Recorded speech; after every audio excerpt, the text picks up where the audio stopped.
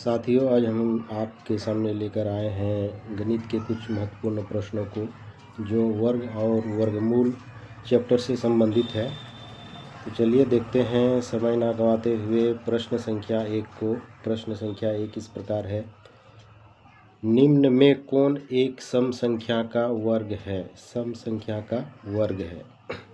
हम लोग जानते हैं कि सम संख्या का वर्ग सम संख्या होता है और विषम संख्या का वर्ग विषम संख्या होता है।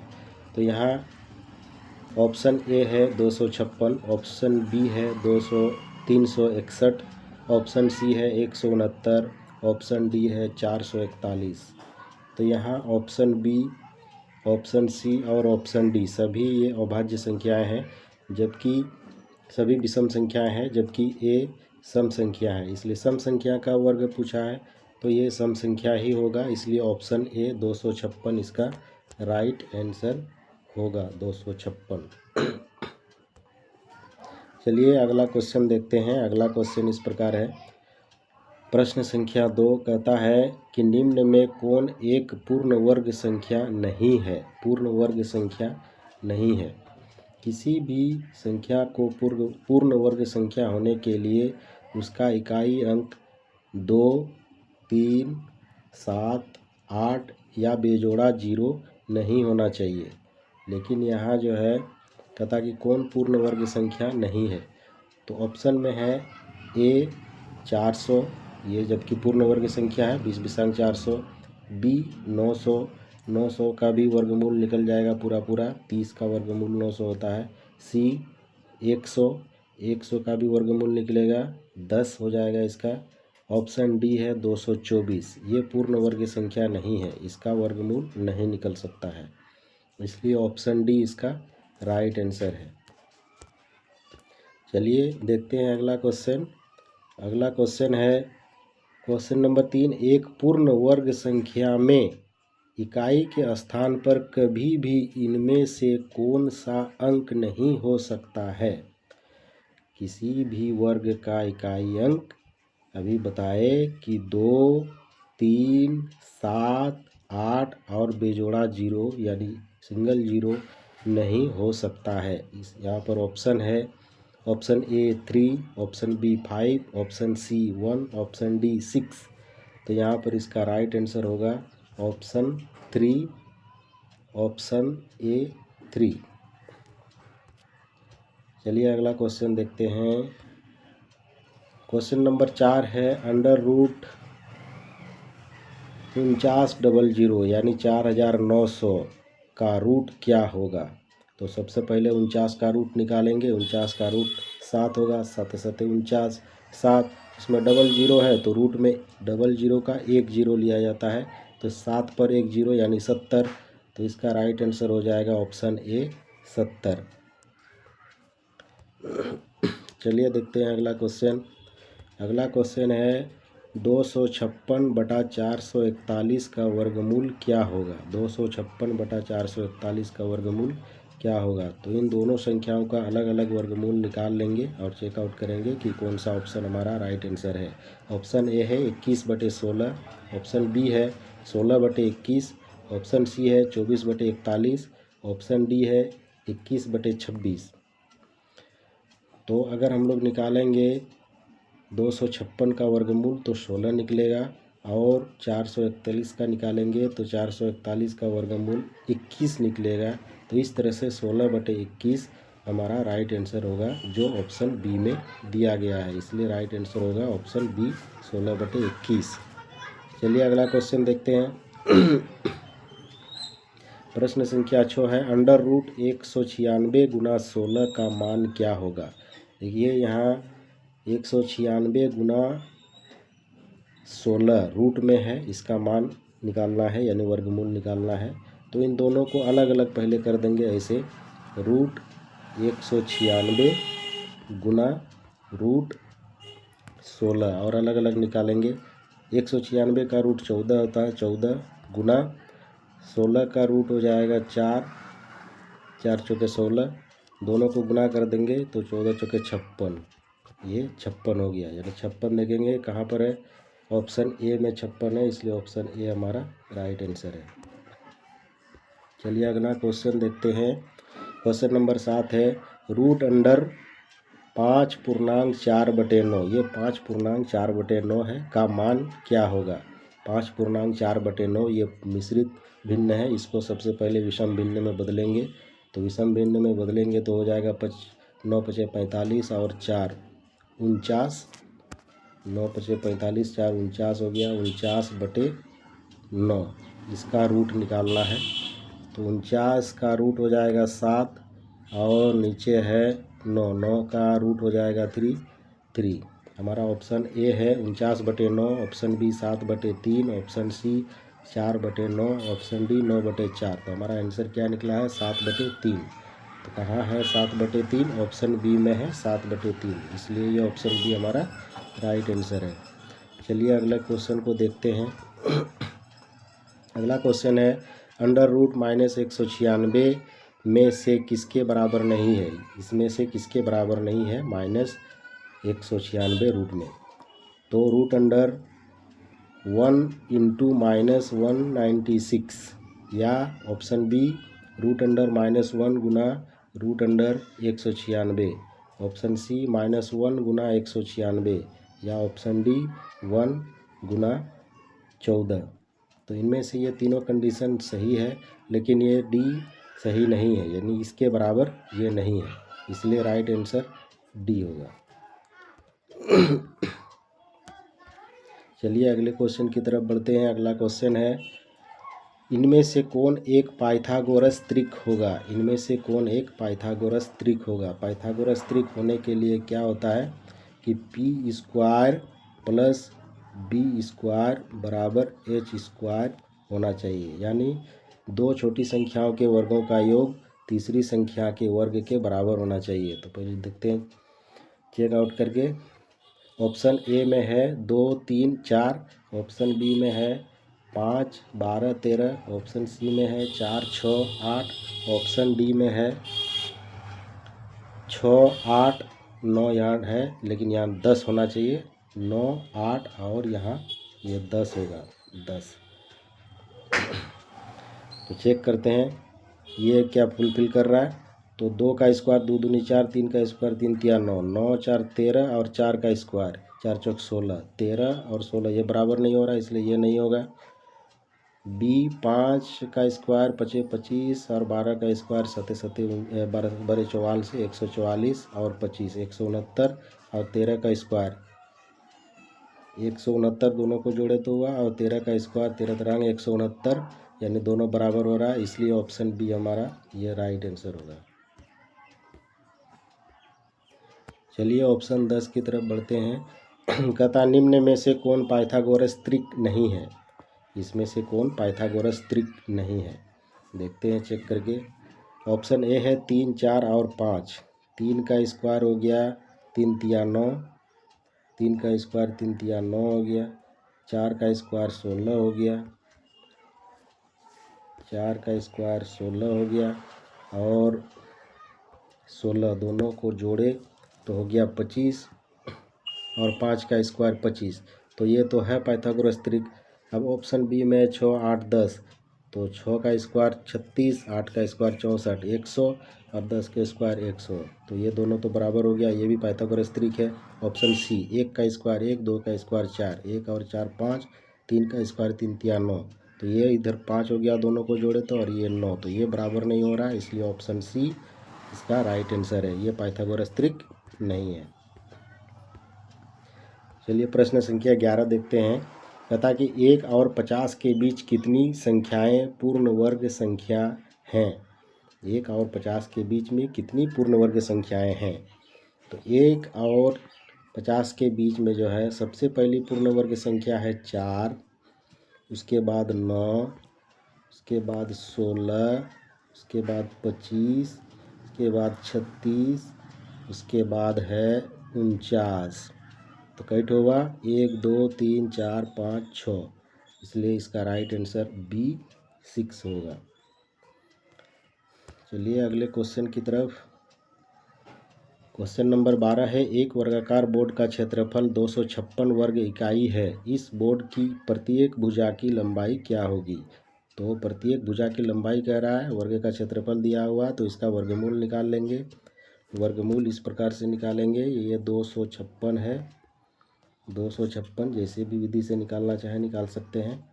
एक एका एक, ये 2 हो गया, यहाँ से 1 माइनस किए, 1 आया, 56 एक जोड़ा अंक नीचे उतारे तो ये हो गया 64, यहाँ पर 2, तो 6 छक्के 36, यहाँ 16 आएगा।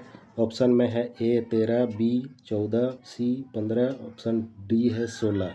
तो हमारा आंसर 16 आ रहा है, इसलिए ऑप्शन डी राइट आंसर होगा। चलिए अगले क्वेश्चन, प्रश्न संख्या 13। प्रथम n प्राकृत संख्याओं का योग इनमें से कौन है? प्रथम n प्राकृत संख्याओं का योग इनमें से कौन है? ऑप्शन ए है n², ऑप्शन बी है 2n+1, ऑप्शन सी है n² - 1, ऑप्शन डी है n² + 1। इसका राइट आंसर है ऑप्शन ए n²। प्रथम n प्राकृत संख्याओं का योग n² होता है। प्रश्न संख्या 14 देखते हैं। प्रश्न संख्या 14 है 1 + 3 + 5 + 7 + 9 + 11 + 13 का योग क्या है?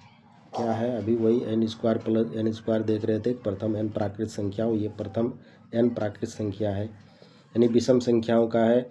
कैट है 1 2 3 4 5 6 7, तो 7 का स्क्वायर कर देंगे।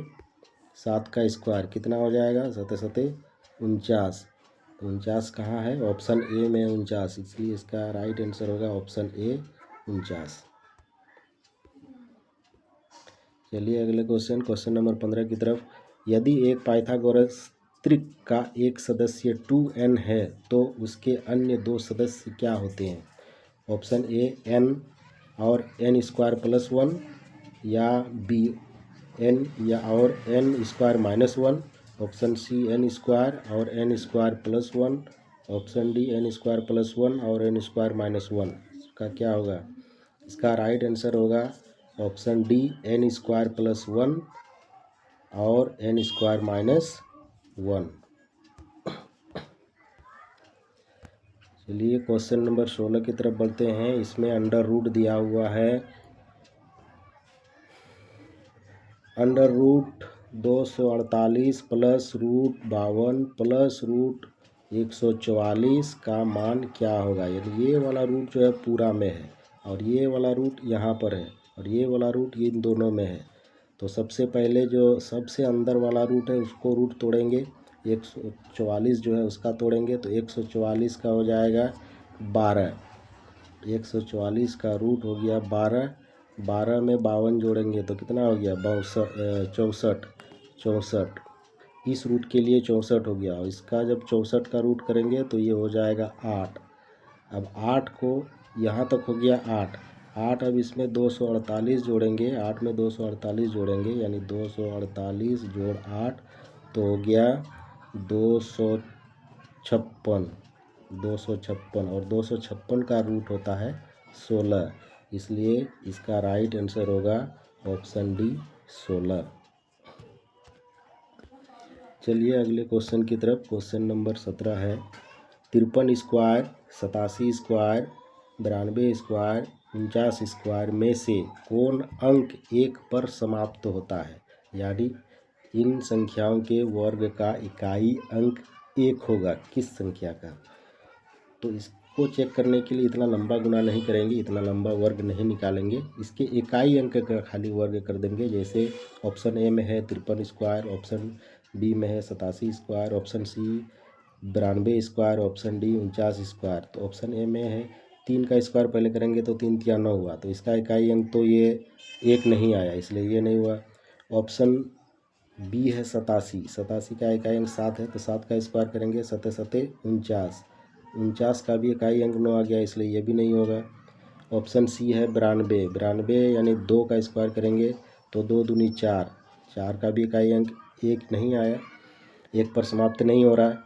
अब देखेंगे 49 का इकाई अंक 9 है, तो 9 का स्क्वायर करेंगे, 9 9 81, 9 9 81, 81 का इकाई अंक 1, इसलिए हमारा राइट आंसर जो है 49² होगा।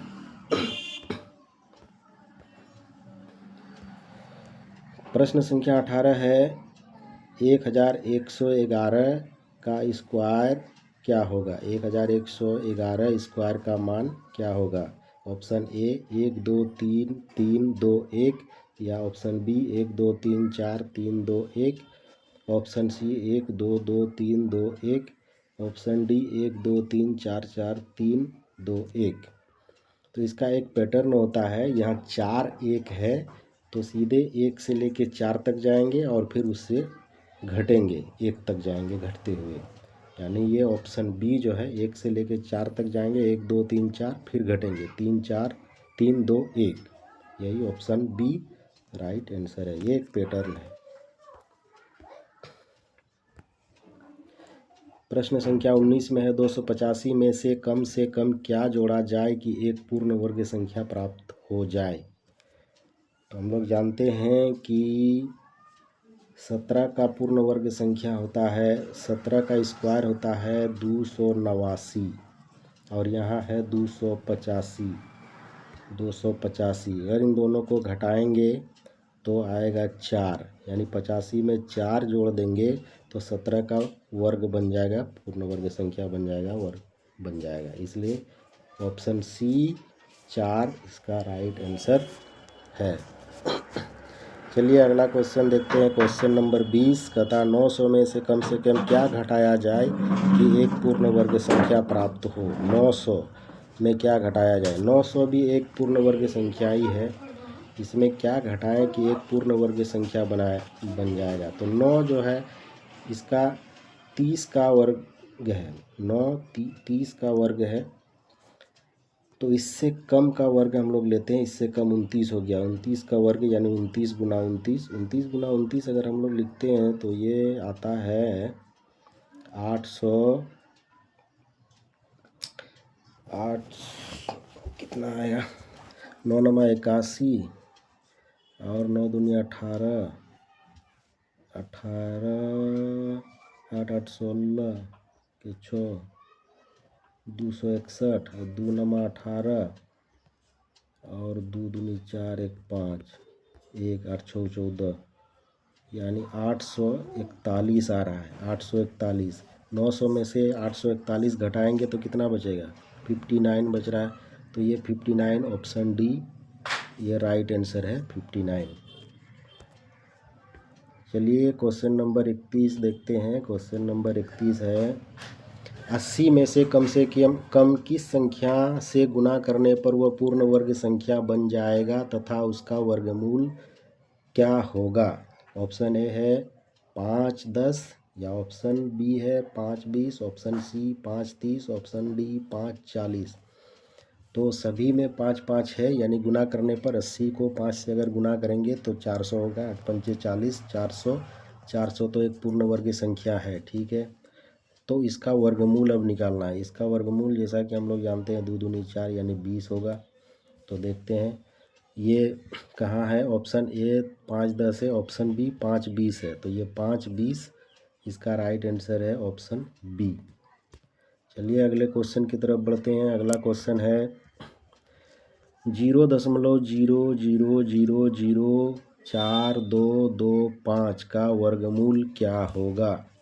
तो इसके लिए सबसे पहले हम लोग जो संख्याएं हैं उसका वर्गमूल निकालेंगे।